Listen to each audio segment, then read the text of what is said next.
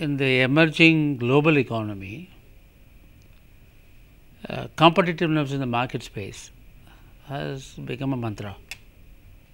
So, India requires an innovation model which suits our requirements of both being competitive globally and sensitive nationally.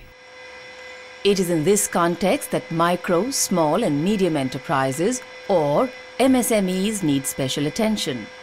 In India, there are around 26 million MSMEs providing employment to over 60 million people. Estimates are that this sector accounts for about 45% of the manufacturing output and around 40% of the total exports of the country.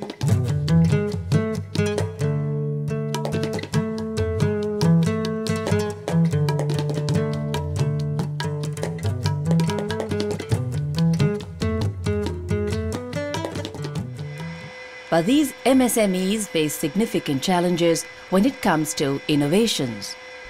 I think there are three broad kinds of or levels of challenges. The first one is about the ignorance of what are the frontiers that are available to them and what they can necessarily achieve.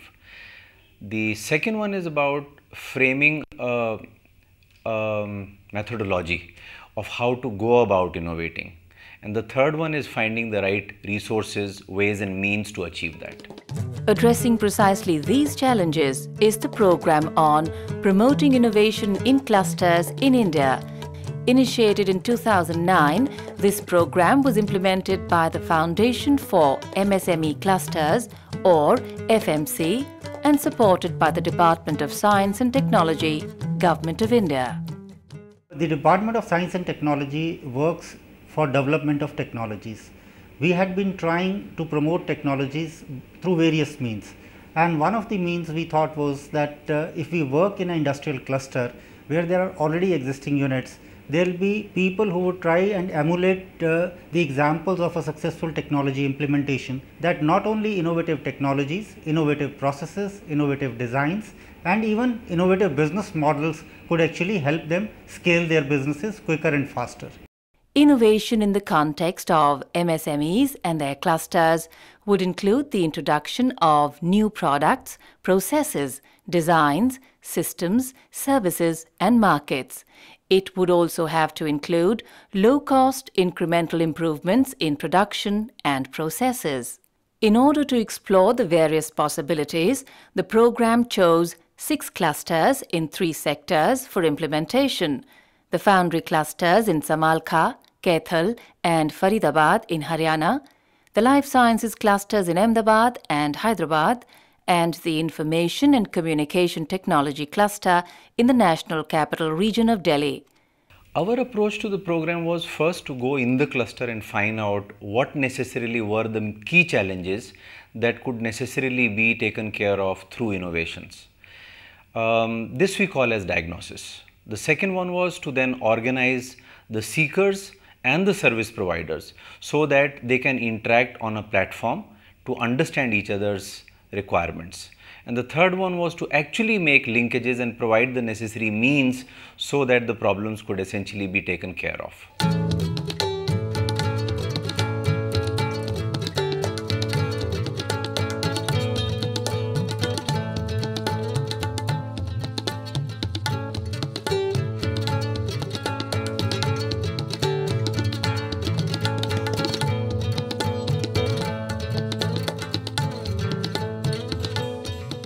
Samalkha, Haryana, home to a 60-year-old foundry cluster. There are around 30 enterprises here and their main product is the chaff cutter.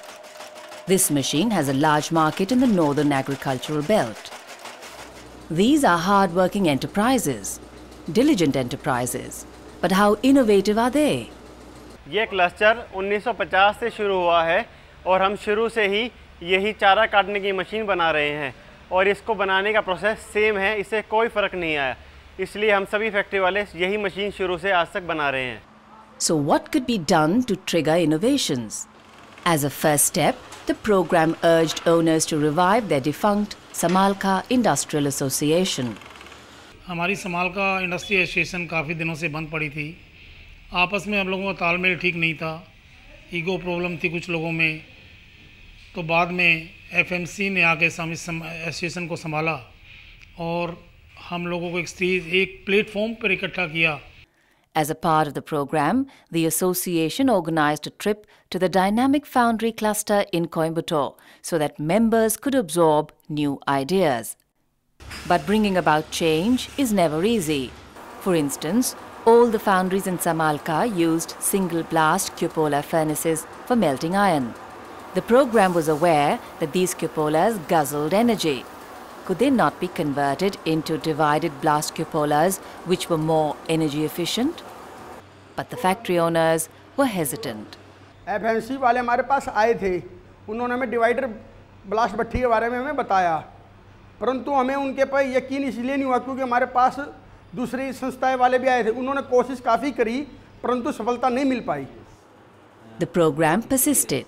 An external technical consultant was called in, and after a great deal of struggle, one single blast cupola was converted to a divided blast one. This reduced the coke consumption by 30% in the first instance. The foundry owners who had come to see the operation were convinced that there is a huge economic saving in this particular conversion. पूरी whole industry ने हमने ये realise किया कि single blast कुपला से double blast कुपला को change करने के बाद हम एक साल में 6 लाख कोक का बचत कर सकते हैं, जो आंकड़ा देखने के बाद हम पूरी इंडस्ट्री उत्साहित हुई कि हमें एसबीसी से टू डीबीसी पे कन्वर्ट करना चाहिए, हमें अपना पूरा सिस्टम को। Very rapidly, enterprises started converting their cupolas. This was an important turning point. This technology was there since long. Through this program, we could create the demand for this technology, and that too without subsidies. And the second most important thing is, all of they were very resistant to change. So through this particular exercise, we could bring them to an extent wherein their mindset it changed, and they started thinking of doing new things. Doing new things. Waste utilization is a case in point. Foundries in Samalka generate around 6,000 tons of slag and sand annually. As had been the practice for decades, these wastes were dumped all over the small town. Not anymore. Today, all slag is deposited at this tile manufacturing unit. A specially designed machine crushes all this waste. A magnetic separator recovers all the iron from the crushed slag. The iron is sold back to the foundries. The residual slag is then mixed with other ingredients and converted into pavement tiles. Association को पता नहीं था कि ये जो tiles बन रहे हैं इनकी क्या स्ट्रेंथ है। हमने पानीपत में एक लैब ढूंढा और वहाँ पे हमने इनका टेस्ट कराया, जिसके नतीजे काफ़ी बेहतर आए और लगातार एसोसिएशन और यूनिट मिलकर ये काम आगे बढ़ा रहे हैं। For the tile manufacturer, this has been a profitable venture, and the foundry owners have gained too. पहले जो जितना स्लैग निकलता था हम इसको उठवाने के लिए पैसे देते थे, लेकिन अब ऐसा है जो ब्रिक्स मैन्युफैक्चरिंग वाले हैं वो खुद इसको उठा के ले जाते हैं और हमें इसका कोई पे नहीं करना पड़ता, और जो लोहा निकलता है वो दोबारा रिसाइकिल होके हमारे पास आ जाता है। Clearly, nothing is wasted and everybody wins. As a part of another initiative, the program put the foundry owners in touch with a professional designer. Together, they have designed a modern chaff cutter. This is the existing product and this, the new one. The new chaff cutter has got several new features. First of all, this is all covered chaff cutter which is very safe to operate. Secondly, this is very easy to manufacture, has got international looks, and finally it can be dismantled into pieces, it can be transported to any location in India. It must be emphasized here that the design process was collaborative and participatory. The level of participation can be understood by this only, that the fabricator, the designer and the unit owners put together. हमने chaff cutter के नए design develop किए हैं, 8 मशीनें बनाई हैं उन chaff cutter को हमने ट्राई करके देखा है, जो कि 100% सक्सेस हैं। अब उसकी मार्केटिंग के लिए गुजरात और महाराष्ट्र की हम ट्राई करेंगे। Meanwhile, foundries have started taking their own independent initiatives. This enterprise has developed a low-cost technology for casting mild steel. And, inspired by what he saw in the Coimbatore foundries, this entrepreneur has bought a semi-automatic molding machine and a sand muller. For this, he has taken a loan from the Small Industries Development Bank of India, or SIDBI. SIDBI के बारे में हम लोगों को मालूम नहीं था, न हम जानते थे कि सिडबी जो है, अब तो इसका पूरा नाम भी हमें मालूम हो गया भी सिडबी क्या चीज़ है, बट हमें तो पहले मालूम था सिडबी बैंक भी कोई चीज़ है। लेकिन एफएमसी के लोगों से पता लगा कि सिडबी बैंक होता है जो इंडस्ट्री डेवलपमेंट के लिए काम करता है, भारत सरकार का ये एक उपक्रम है। Clearly, the program has kick-started the process of innovation and change. It's a process which is new for a cluster that has been locked in time.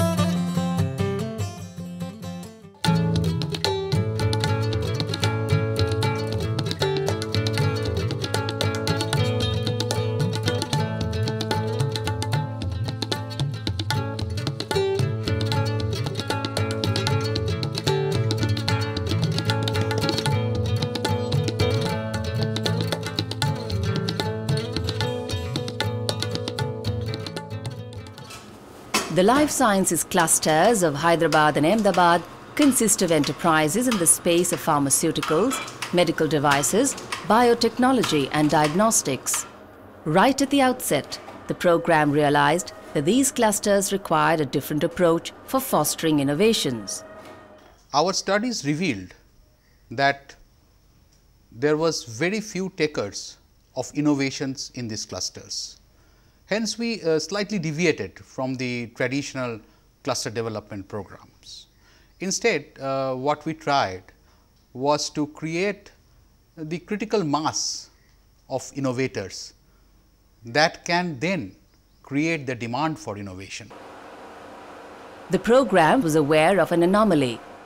Despite being knowledge-based, these life sciences enterprises had no links with academic institutions. Could this gap not be bridged? This is precisely what the Institute Industry Innovation Cells, or simply PIC, strives to do.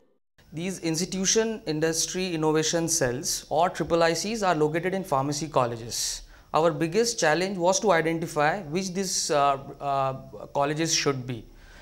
We have chosen those colleges which are having the relevant faculty member who have substantial experience working with the industry. Today,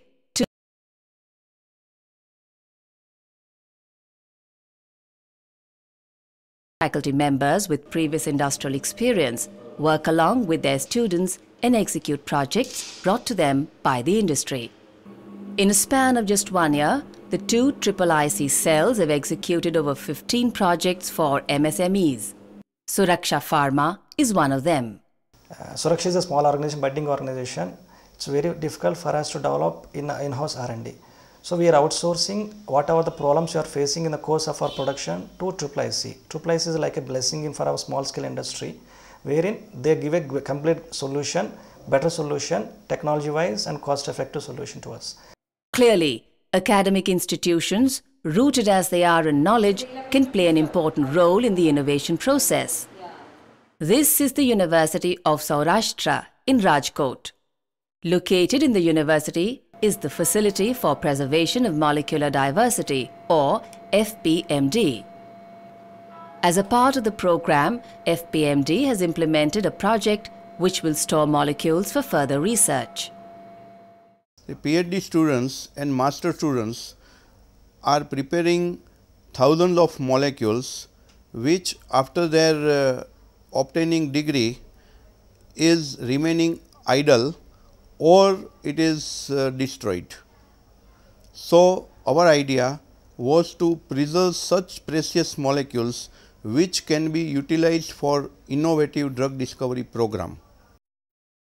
Progressive life sciences enterprises like Troika are quick to assert the importance of this initiative. So, I think it's a very good idea. I had synthesized 19 compounds, they are all lost. If this kind of library was there available then, they would still be there in the bank for someone to use them. Troika recognizes the value of innovation. That's why, as a part of the program, this enterprise has instituted the Rajnibhai V. Patel Award for the best MPharm thesis. So, we felt that why not have an award which would make aspiring researchers look forward to winning those, and in that process the quality of research would improve. Similarly, Sahajanand Laser Technology Limited has sponsored the Sushruta Innovations Award.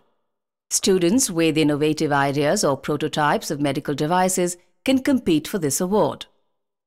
Then there are the Metamorphosis Awards. As a part of the program, IKP Knowledge Park, in partnership with the Indian School of Business, has organized 2 Metamorphosis events so far. So, what is Metamorphosis? You know, we have great technologists and innovators, but who do not have much business sense. And on the other side, we have very bright young minds who are being taught business management skills, and bringing these two sets of people together is what Metamorphosis is all about. Some of the business plans awarded were for innovative ideas like a robotic arm for laparoscopic surgeries, an affordable communication device for non-verbal people, and a water-based spermicidal contraceptive. Technologists and inventors who participated in Metamorphosis have been receiving techno-commercial handholding support from IKP Knowledge Park and National Research Development Corporation. Meanwhile, as a part of the program, the Entrepreneurship Development Institute in Ahmedabad has started a Biotechnopreneur program. Supported by the Gujarat State Biotechnology Mission, this initiative provides invaluable training inputs to those who are keen on starting knowledge-driven life sciences enterprises. Biotechnopreneur program is a 10 months weekend program wherein 4 months are devoted for classroom training sessions, 4 months with the intensive mentoring and handholding, followed by 2 months wherein the participants prepare their techno-commercial reports to ground their venture forward. So you have to start working. Mentoring is an important component of the program. Mentoring is so important because the mentoring process is such where they are being guided, they are being facilitated, but they are not being spoon-fed. Okay. All the mentors were of such level and with a such background that they were able to understand the intricacies of the project they were setting up. So, what kinds of projects are being initiated by the participants? Neerav's business proposal is on tissue culture of banana plant. Jay Kishan will manufacture amylase, an enzyme used by the textile industry. And Puneet will focus his energies on making collagen-based biomaterial for skin wounds. In all, 19 persons joined the program, and it's quite encouraging to see that 14 have already prepared their business plans and roadmap. 3 have already set up the enterprises, and remaining 11 are in the process of setting up enterprises. But what happens to the Biotechnopreneur Training Initiative once the program for promoting innovation in clusters finishes its term? We will take it further, we will do the handholding, because I feel that from this stage onwards, all the participants and future startups will be needing the support. So, GSB team will continue to carry in the program with all support which is possible and linkage with other agencies as well. Meanwhile, The program remained aware of one very critical hurdle to innovations. There are very few technology transfer organizations who find it lucrative to collect relevant technologies